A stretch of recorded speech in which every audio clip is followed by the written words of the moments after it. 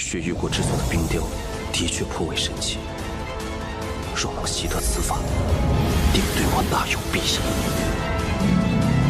借你身份一用。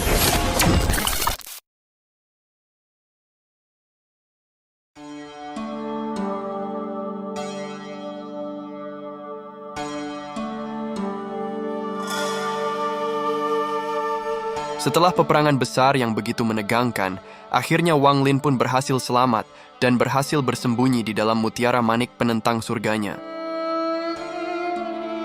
5 tahun kemudian berlalu, Wang Lin pun keluar dari persembunyiannya dan menuju ke wilayah negara salju yang baru. Di mana wilayah baru itu adalah bekas dari negara aliansi 4 sakte yang dihancurkan. Ketika tiba di sana, Wang Lin dipenuhi banyak pertanyaan. Kenapa banyak sekali manusia fana yang memahat dan membawa sebuah patung es di sepanjang jalan? Bukan hanya itu, Wang Lin juga merasakan kalau para manusia fana itu memiliki energi kematian yang tidak wajar dan bukannya energi kehidupan. Wang Lin membutuhkan waktu sekitar 4 tahun lagi untuk mencapai ranah deity transformation. Sehingga dirinya pun memutuskan untuk tinggal di wilayah baru negara salju dulu dan menyelidiki hal mencurigakan apakah yang terjadi pada para manusia ini. Kemudian Wang Lin pun kembali menyamar menjadi manusia fana. Dia pun mengunjungi dan menyelidiki semua tempat di negara salju ini. Kemudian waktu 1 tahun pun berlalu. Dan selama itu dia hanya melihat para manusia fana itu dijadikan sebagai budak untuk membuat sebuah patung es. Di mana patung es ini nantinya akan dijadikan sebuah boneka untuk dikendalikan oleh para kultivator negara salju. Namun hal ini tidak sederhana. Dengan kata lain, para boneka ini harus diisi sebuah inti kultivasi supaya memiliki sebuah kekuatan dan tingkatannya. Dengan kata lain, para boneka patung es ini bisa mencapai ranah kondensasi Qi bahkan sampai tahap Nascent Soul, di mana itu tergantung dari proses dan orang pembuat patungnya. Wang Lin pun tertarik dengan metode pengendalian boneka ini, apalagi dirinya memiliki banyak patung kayu Nascent Soul dan Soul Formation yang dia buat waktu menjadi manusia fana dulu. Sehingga Wang Lin berpikir, jika dia berhasil memahami pengendalian boneka ini, maka dia bisa memiliki pasukan yang lebih mengerikan dari negara salju waktu mereka berperang dengan 4 sakte aliansi. Kemudian agar lebih memudahkan rencananya, Wang Lin pun menyusup ke dalam menara es. Dia pun membungkam salah satu tetua bawah yang berada di tahap formasi inti dan mencuri identitasnya menjadi tuan di sana. Wang Lin berani melakukan hal itu dikarenakan para sesepuh kuat negara salju, termasuk Hongdi, sudah pergi ke negara Vermilion. Mereka ke sana untuk berlatih dan berkultivasi untuk mencapai ke ranah Soul Transformation. Membahas sekilas dulu tentang permintaan Hongdi kepada negara Vermilion. Jadi permintaan pertama Hongdi adalah menjadikan negara salju menjadi negara tingkat 5. Dan permintaan itu sudah tercapai dengan menghancurkan sebuah negara tertentu dan memilikinya. Kemudian permintaan keduanya adalah membantu para sesepuh inti negara salju untuk menerobos ke ranah Soul Transformation.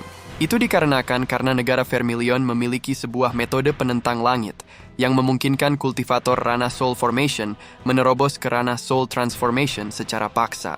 Namun karena dilakukan secara paksa, metode teknik ini memiliki sebuah kekurangan, di mana orang yang menerobos ke ranah Soul Transformation dengan teknik itu hanya akan memiliki waktu hidup selama 100 tahun lagi. Kembali ke sisi Wang Lin. Ketika menyamar menjadi tetua di kota kecil ini, Wang Lin pun memanfaatkan statusnya untuk mempelajari teknik pengendalian boneka patung es dari murid-murid di sana. Kemudian setelah beberapa lama kemudian, Wang Lin pun berhasil juga mempelajari teknik boneka patung es itu. Setelah itu datanglah seorang murid negara salju memberitahukan Wang Lin bahwa sisa-sisa dari aliansi 4 sakte ditemukan. Mereka adalah salah satu leluhur Soul Formation dari aliansi 4 sakte. Meskipun waktu sudah berlalu 5 tahun, namun negara salju masih memburu sisa-sisa dari aliansi 4 sakte. Mereka bertindak kejam demi menghilangkan petaka dan tidak membiarkan mereka mempunyai kesempatan balas dendam di masa depan. Kemudian Wang Lin pun dibawa dan diarahkan oleh murid negara salju itu ke pegunungan salju. Wang Lin dapat merasakan bahwa di sana adalah salah satu leluhur aliansi 4 sakte. Bahkan jika merasakan dari auranya, leluhur itu sedang terluka parah dan tidak stabil, sehingga ranah kultivasinya berubah-ubah antara ranah Soul Formation dan ranah inti pondasi. Kemudian Wang Lin pun menerobos ke tempat persembunyian leluhur itu.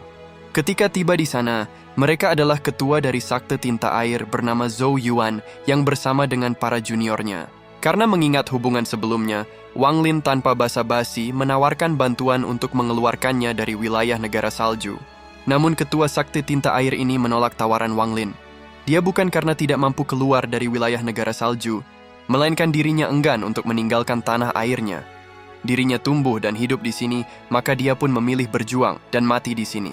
Kemudian leluhur itu pun membuka celah ruang dimensi dan membiarkan para juniornya pergi dari negara salju. Karena niat baik Wang Lin sebelumnya, leluhur itu pun akan memberikan Wang Lin sebuah harta seperti kipas bulu warna-warni. Kemudian leluhur itu pun pergi bertempur, dia berjuang habis-habisan, menghancurkan menara es dan akhirnya mati. Wang Lin pun kembali lagi ke negara salju. Kemudian waktu pun berlalu selama 3 tahun. Dan Wang Lin pun akhirnya berhasil mencapai tujuannya, yaitu mempelajari pengendalian dan cara kerja boneka patung es. Kemudian waktu Wang Lin untuk menerobos ke ranah Deity Transformation hanya tinggal sekitar 1 tahun lagi. Dia pun memutuskan pergi dari negara salju dan kembali pulang ke negara Zhao untuk mengasingkan diri menerobos ranah Deity Transformation dan berjuang menuju ranah Soul Formation.